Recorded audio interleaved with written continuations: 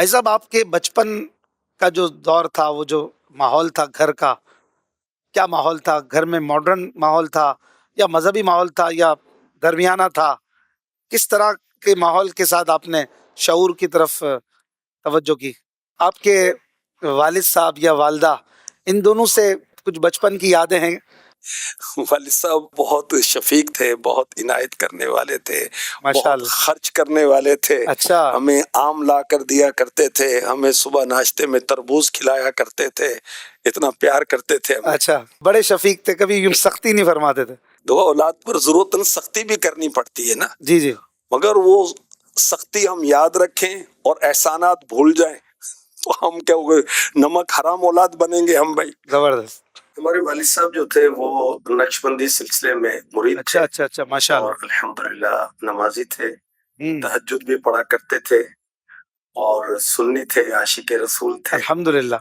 اور نابالغی سے ان کے ساتھ نوابشاہ میں مسجد میں جانے کی سعادت بھی ملتی تھی، ہوں، اور محدث اعظم پاکستان کے مرید اور شاگرد تھے حافظ مصری رحمۃ اللہ تعالی علیہ، اچھا، ان کی مسجد میں ہم نوابشاہ میں اپنے والد صاحب کے ساتھ جاتے تھے۔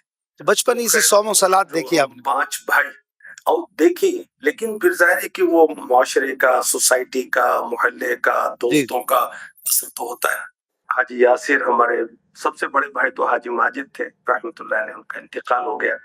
حاجی یاسر ان کے بعد سب سے بڑے تھے، اور سب سے پہلے انہیں دعوت اسلامی کا دینی ماحول ملا، پھر ان کی برکت سے دعوت اسلامی ہمارے گھر میں داخل ہوئی، پھر اللہ اچھا، کا کرم ہے سب دعوت اسلامی میں آ گئے۔ ماشاء تو اللہ۔ یاسر بھائی اور ہمارے بڑے بھائی وہ اولن تو شیف تھے، اس کے بعد پھر الحمدللہ حاجی یاسر نے داڑھی رکھی تو ایک قسم سے گھر کے اندر عجیب و غریب ماحول بنا کہ بھئی یہ داڑھی رکھ لی اس نے بھائی۔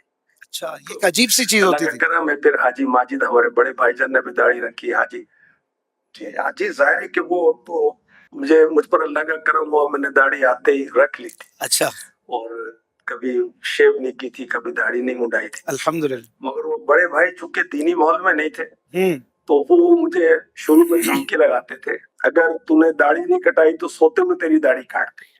اچھا، تو پھر ایک رات اپنی داڑھی کے تحفظ کے لیے مسجد میں سونے کی سعادت بھی ملی کہ بھئی ٹھیک ہے، پھر میں تو گھر سے جا رہا ہوں، میری داڑھی کے بارے میں بات کرتے ہیں۔